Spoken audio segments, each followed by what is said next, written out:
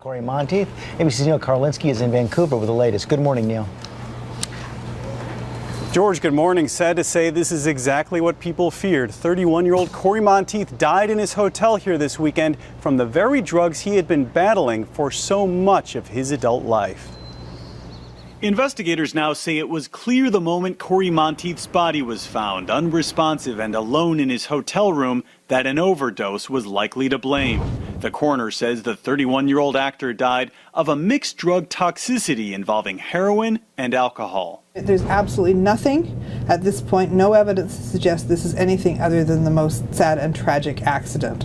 Police say he returned to his hotel room at 2:15 a.m. Saturday alone after a night hitting several Vancouver bars with friends. Similar outings were photographed and obtained by TMZ earlier in the week. There was 3 people that were with Mr. Monteith the night before he died.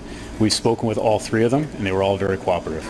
Wheels go round and the teen idol with the big heart and golden voice seemed at times to be living a double life. There was the all-American good guy who dated his on-screen love, Lea Michele, and the gritty kid who started using drugs at 13, dropped out of school young, and sought help in rehab as recently as just a few months ago.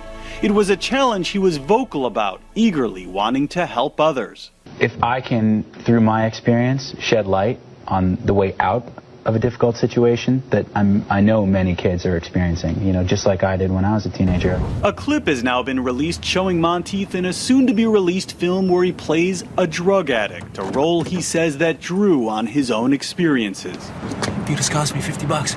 Late Tuesday, Lea Michele's publicist released a new statement. Lea has been grieving alongside his family and making appropriate arrangements with them. They are supporting each other as they endure this profound loss.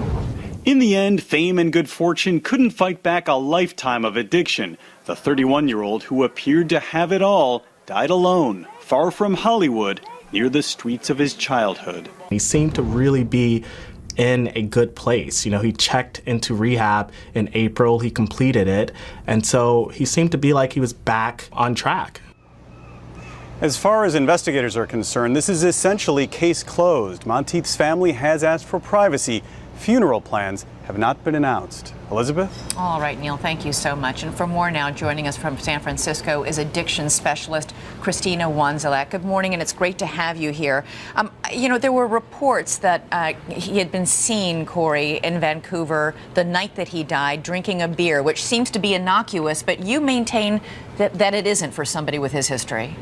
Absolutely. Anytime you have an addictive substance that interacts with an addictive biochemistry, you begin to create the addictive cycle in the biochemical reaction to it. And so when you have a person that's recovering from addiction, it is completely unsafe to engage in any sort of addictive substance. He didn't stand a chance. The beer actually was the pebble that created this massive avalanche. And doctors and experts often advise addicts to avoid going to places and being with people that they used to party with because it can actually be a trigger, and it looks like it might have been in this case as well.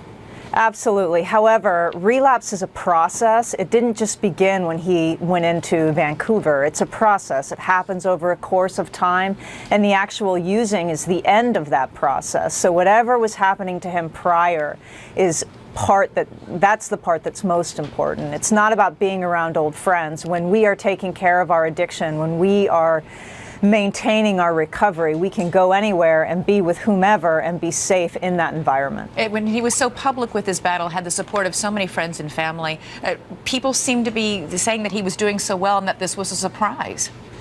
Absolutely. We that are recovering from addiction can do really well in our lives. And, relapse doesn't have to be part of recovery, but if we're not maintaining it, it certainly can be. It's an ongoing process. All right. Thank you so much for joining us this morning with some great advice for people Thank you. who might be fighting the same battle.